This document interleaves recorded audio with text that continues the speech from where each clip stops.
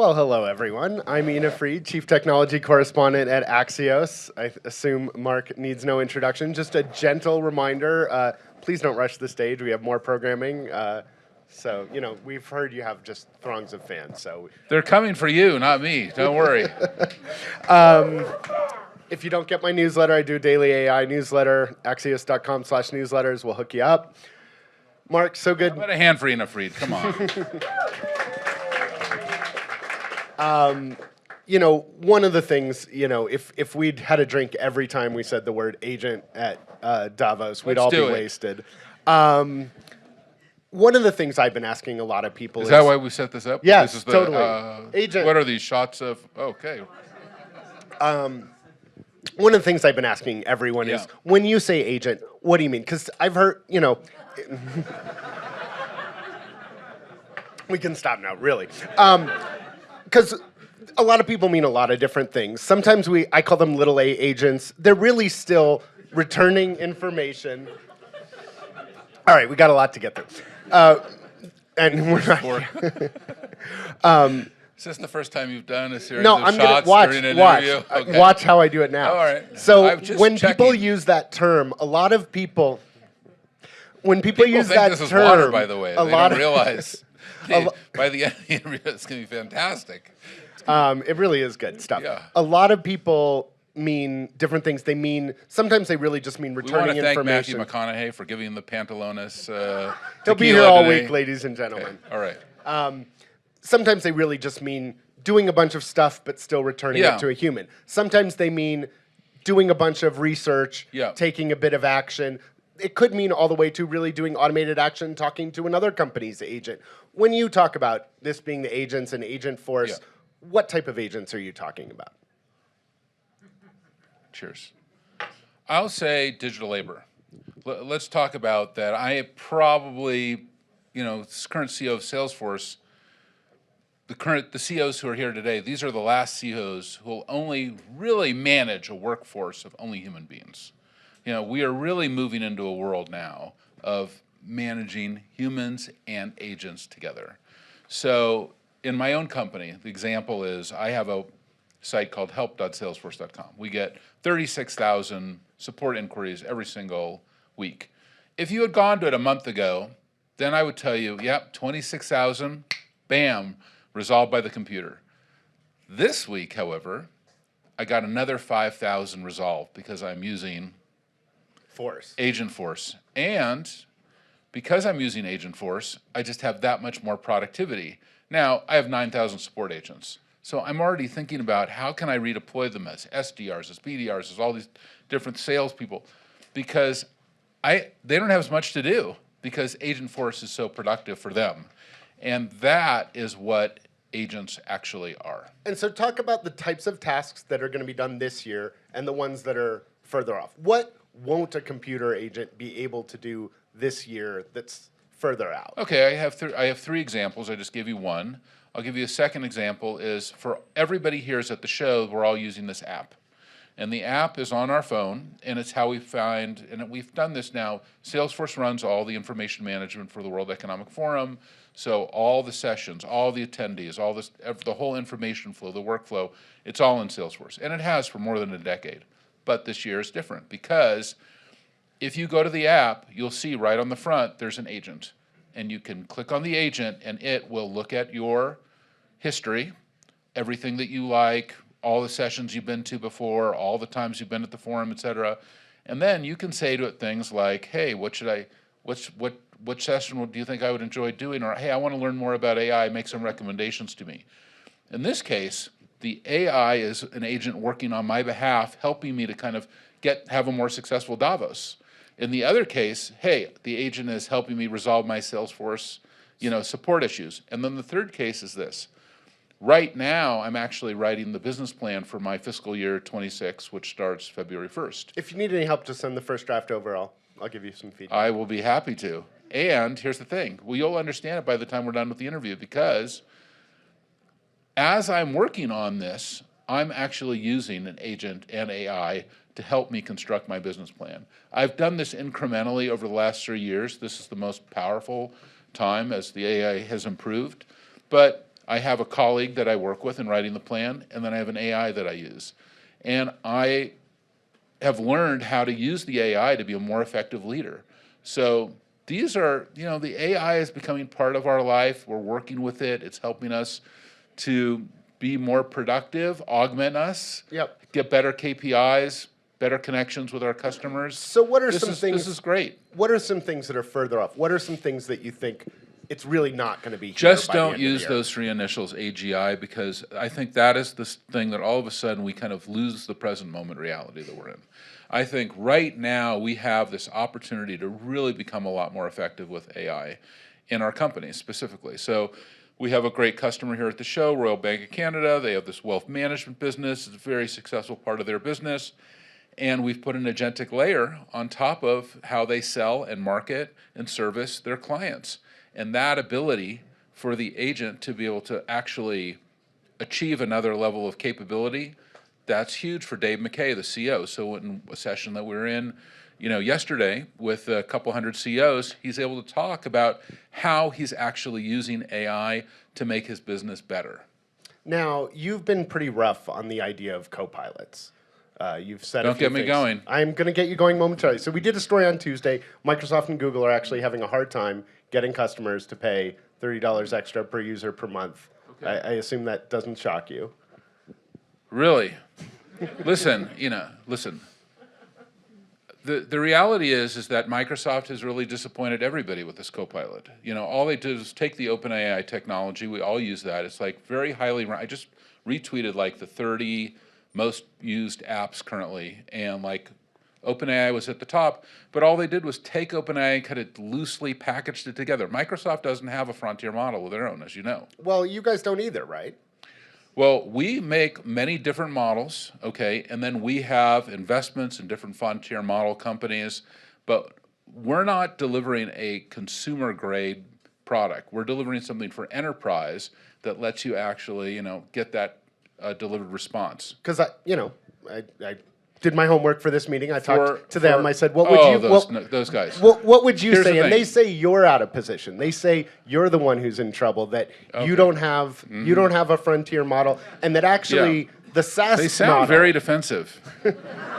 They said the same. They're thing the number about one you. software company in the world. What are they worried about? I think y'all need to go to couples counseling. Listen, good idea. We're the second largest software company. We're the first. When it comes to AI, I just put a light on this, which is they don't have a frontier model. Why do they have to defend themselves? But you just tweeted that they're building their own models, and everyone should pay attention to OpenAI and alternatives. No, you saw what happened today with Stargate. Here's Stargate. This is the first time that OpenAI has said, "Oh, we're not running in a Microsoft data center." So this is actually the beginning of the end of the relationship between Microsoft and OpenAI. So they're the ones that need couples counseling. Well, you saw last year, Mustafa Suleyman and Sam Altman were on panels here at Davos, and they were not getting along, and Mustafa was not yet a Microsoft executive. Now Mustafa Suleyman, who has a tremendous history in AI, from DeepMind to his own company Inflection, to now being at Microsoft, is saying, no, I'm going to build my own frontier model. I'm going to build my own technology. So he's a competitor, has been, of Sam Altman for, I don't know, almost a decade. So you can expect that's the shootout that you're looking for. And these are not, the kind of frontier models and all this that we're all expecting. We're going to see a Microsoft frontier model. And then you're going to have, OpenAI on their own. And that's why they're aligning with the Masa-san, Larry Ellison, Keiretsu. And when you, we won't even get into your history with Larry, but when you look out a couple years, where do you think today's SaaS model lives? Because today, most software is sold per user per month. It doesn't really work when one human can be managing a bazillion agents. Does it all go consumption-based? Yeah. Well, I think that there's a lot of different ways to look at it. Right now, you're right, there's per user per month, there's consumption, there's per conversation, we have our sandboxes, we have our commerce products, that's GMT pricing. There's lots of different pricing. Now, when we put together a whole cocktail for a customer, that's each agreement is really custom for every, go ahead, thank you. Each agreement is custom for every customer. This year, we're just finishing our fiscal year. In the last set of guidance that we've already given, we said we were going to do about $38 billion in revenue this year, about $12.9 billion of cash flow. Okay, there's a lot of customers who are using a lot of software as a service type applications to manage their customers in these incredible new ways. As we enter in this new world, we're not going to leave all of these apps behind. They're going to evolve and move forward, and we're going to take it along with us. Just as our customers, a lot of our customers still have IBM mainframes, for example. And when you talk to businesses, because I think a lot of companies, look, they've spent the last 2 years, it's been the talk of Davos every year is AI. I still feel like a lot of businesses are struggling to figure out, how do I really make this pay off? How do I deploy it? Are those the widely? Copilot customers that you're referring to? No, I think that, look, a lot of people. enterprises have, all right, number one, Salesforce will do 2 trillion AI transactions this week across our whole product line. That's predictive, machine learning, machine intelligence, including generative, and also Agentforce. So there's a lot of customers who are using a lot of AI today. And what are they? What are the things that are working for them? What's the tip other than just buying from you guys? But what do they need to have? Is there data, business processes? Data. This AI does not work if it's not grounded in data. So we all know when we're just using AI generically and it doesn't know us, or we've started a new session and it's not grounded in data, and we're having a trouble kind of getting the conversation going. But because we have 230 petabytes of data at Salesforce, we're able to ground into the data, the metadata, the workflow, and it makes the AI so much more accurate. Our customers, our benchmarks are about 95% accuracy. For like a customer like Disney, we're really building next generation, customer interactivity systems. Their employees have a very complex set of products that they have to deal with. The AI plus the data plus those employees, we can augment those employees to a whole nother level. And it's because we have so much data that we can do that. And the other piece that you need in addition to data, I've heard from a lot of people, is you have to understand your workforce and their skills, and some business processes have to change. Sure. Is that something like, how's that working within Salesforce? Do you feel like businesses, because my sense is technology is moving faster than any I've ever covered in 25 years of covering Silicon Valley. People haven't started moving any faster. That concept of augmentation, we were just at the Gucci call center, which is in Florence.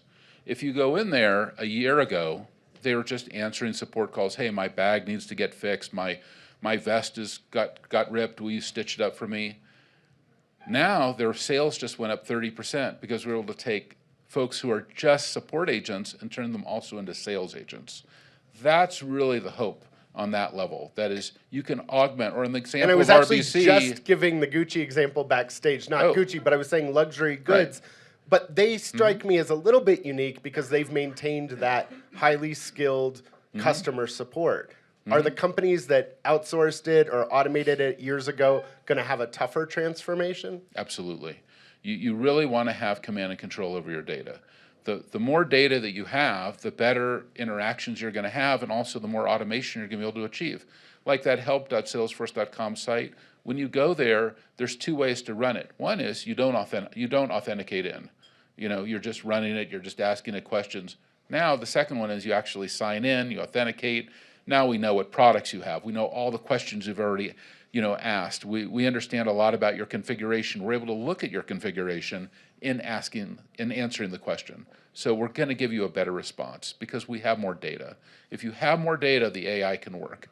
If you don't have the data, the AI just is a model kind of trying to figure out what's going on. Let me give you the example of the consumer side. We look at consumer AI, how does it work? It's a set of algorithms, right? Or we call them a model, but what is a model? It's just a set of algorithms. And then, these kind of consumer AI companies, they kind of went out and stole a whole bunch of data, from a lot of different sites. They've tried to license some of it. But at the end of the day, before that happened, they went and stole all this data. They amalgamated it. They put the algorithms on the top, and then they trained the model, and then that's how the AI works. In this case, it's a little different. You have some of that. You have other models as well, and you have the retrieval augmented generation, the ability to go out and pick out the data in real time. And all these things together are making the accuracy work for the AI. It's more of an ensemble rag. That's the way to really think about it. So I've heard two things that most of the folks here are trying to figure out. AI is at the top of the list. The other thing they're trying to tackle and figure out is a rapidly changing, very different geopolitical environment. And is that happening? I read in Time magazine it's happening. Great. And I'm curious how you're navigating. You know, I've come to your events in the Dome for years. You have Jane Goodall. You're talking about these sustainability goals, 1 billion trees. We have a president who just pulled out of the Paris Accords. How are you navigating this political moment? Well, thank you for mentioning the trillion trees. 5 years ago, when Trump was here in Davos in 2020, we launched the Trillion Tree Program. We have a couple 100 billion trees now that have been committed, and we're launching right while this is happening. There's a press conference with the president of the Congo who's announcing the world's largest forest reserve.